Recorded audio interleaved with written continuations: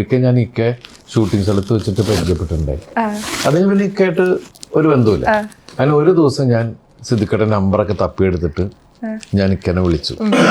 എനിക്ക് എറണാകുളത്ത് താമസിക്കുന്നുണ്ട്. അപ്പോൾ ഞാൻ വിളിച്ചിട്ട് പറഞ്ഞു, സിദ്ദിഖ ഹലോ എന്ന് പറഞ്ഞു. ഞാൻ പറഞ്ഞു ഞാൻ ദിലീപാണ്. മോനെ ദിലീപ്. അപ്പം എനിക്ക് സംശയമായി. കാരണം എല്ലാവരും പരിചയമുള്ള രീതി. ഇക്കൊക്കെ എന്നെ അറിയൂ. അപ്പോൾ പുള്ളി പറഞ്ഞു, സിദ്ദിഖ പറഞ്ഞു, എനിക്ക് ഇപ്പോൾ ഒരു ദിലീപിനെ അറിയുള്ളൂ. നീ മിമിക്രി കാണിച്ച ഞാൻ ദൈവമേ, കാരണം ഞാൻ ഒരു പ്രാവശ്യം ആ സമയത്ത് കണ്ടിട്ടുള്ളൂ. അപ്പൊ അന്ന് തുടങ്ങിയിട്ട് ഉള്ള മനസ്സിൽ എന്ന് പറയുന്ന സാധനം. പിന്നെ ഞാൻ ഇക്കയുടെ കൂടെ അസിസ്റ്റന്റ് ആയിട്ട് വർക്ക് ചെയ്തിട്ടുണ്ട്, കമൽ സാറിന്റെ കൂടെ വർക്ക് ചെയ്യുന്ന സമയത്ത്. പിന്നെ അതിനുശേഷം എൻ്റെ സിനിമ കരിയർ തുടങ്ങുന്ന സമയം മുതൽ ഇക്ക ഉണ്ട് കൂടെ. കാരണം എന്ന് വെച്ചിട്ടുണ്ടെങ്കിൽ എന്നോട് ഇഷ്ടം കൂടാമോ എന്ന് പറഞ്ഞ സിനിമയിൽ ഞാൻ ആദ്യം ഒരു ക്യാമറയുടെ മുമ്പിൽ വന്ന് നിൽക്കുന്നത്. ആ സിനിമയിൽ വളരെ ശക്തമായിട്ടുള്ള ഒരു ക്യാരക്ടർ ഇക്ക ചെയ്യുന്നുണ്ട്.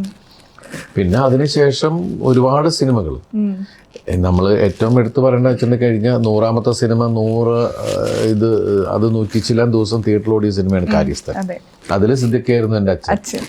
ഇപ്പൊ കഴിഞ്ഞ ദിവസം സംസാരിച്ചപ്പോഴാണ്, അല്ല ആ പടത്തിൽ സിദ്ദിഖായിരുന്നു എൻ്റെ അച്ഛൻ. ഈ പടത്തിലും യാദൃശികമായിട്ട് 150ാമത്തെ സിനിമയിൽ യാദൃശികം നമ്മൾ വിചാരിക്കാതെയാണ് അച്ഛനെ കാരണം എല്ലാം ഓർമ്മിക്കുന്ന അച്ഛന്റെ വേഷങ്ങളാണ്.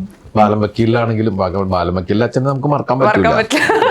അത് ഓരോ അച്ഛനായിട്ട് വരുമ്പോ നമുക്ക് വിചാരിക്കുന്ന രീതിയിൽ ഓരോ അപ്പിയറൻസും ഓരോ രീതികളും.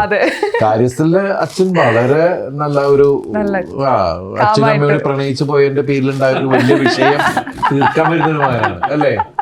അതെ. ഇതുപോലെ തന്നെ നമ്മൾ സിനിമ കണ്ടുകൊണ്ടിരിക്കുമ്പോ ജോൺ ചേട്ടൻ ഞങ്ങൾ ഇത്ര യങ് ആയിട്ട് കണ്ടിട്ടില്ല. അത്രയും കുറച്ചൊരു പ്രായം കുറഞ്ഞ പോലെ, ഒരു 20 വയസ്സ് കുറഞ്ഞ പോലെയൊക്കെയാണ് സിനിമയിൽ എനിക്ക് ഫീൽ ചെയ്തത്. കോ ആർട്ടിസ്റ്റ് ആയിട്ട് വരുമ്പോ ഇതുപോലെ തമാശകൾ പറഞ്ഞ് അത്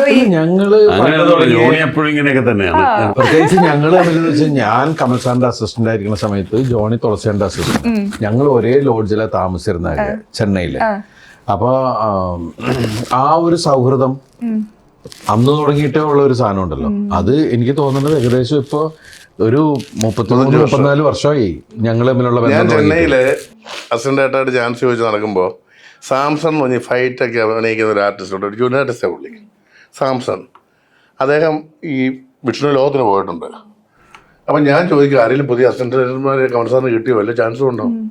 പുതിയൊരു പയ്യൻ വന്നിട്ടുണ്ട് ചതാര. അപ്പോൾ എനിക്ക് കുശുമ്പാ പുതിയ അപ്പം ദിലീപ് എന്നുണ്ടോ പേര്, മുട്ടക്കനാവും. അവനൊരു നിപ്പ് നിൽക്കും. അപ്പം ഡയറക്ടർ ആവുമെന്നൊക്കെ അങ്ങനെ കമൽ സാറിനൊക്കെ ഇനി ചോദിച്ചിട്ട് കാര്യമില്ല, പുതിയ ഒരെണ്ണം വന്ന് കയറിയല്ലോ. പിന്നെ തെണ്ടൽ പലരോടാവുമല്ലോ. അങ്ങനെ ഞാൻ തുളസാറിനോടെ കിട്ടി. ഞങ്ങൾ അങ്ങനെ ദിലീപുമായിട്ട്, എൻ്റെ സീനിയറാണ് ദിലീപ്, അസിസ്റ്റന്റ് ഡയറക്ടറായിട്ട്. എനിക്ക് തോന്നുന്നൊരു 6 or 7 മാസം സീനിയറാണ്.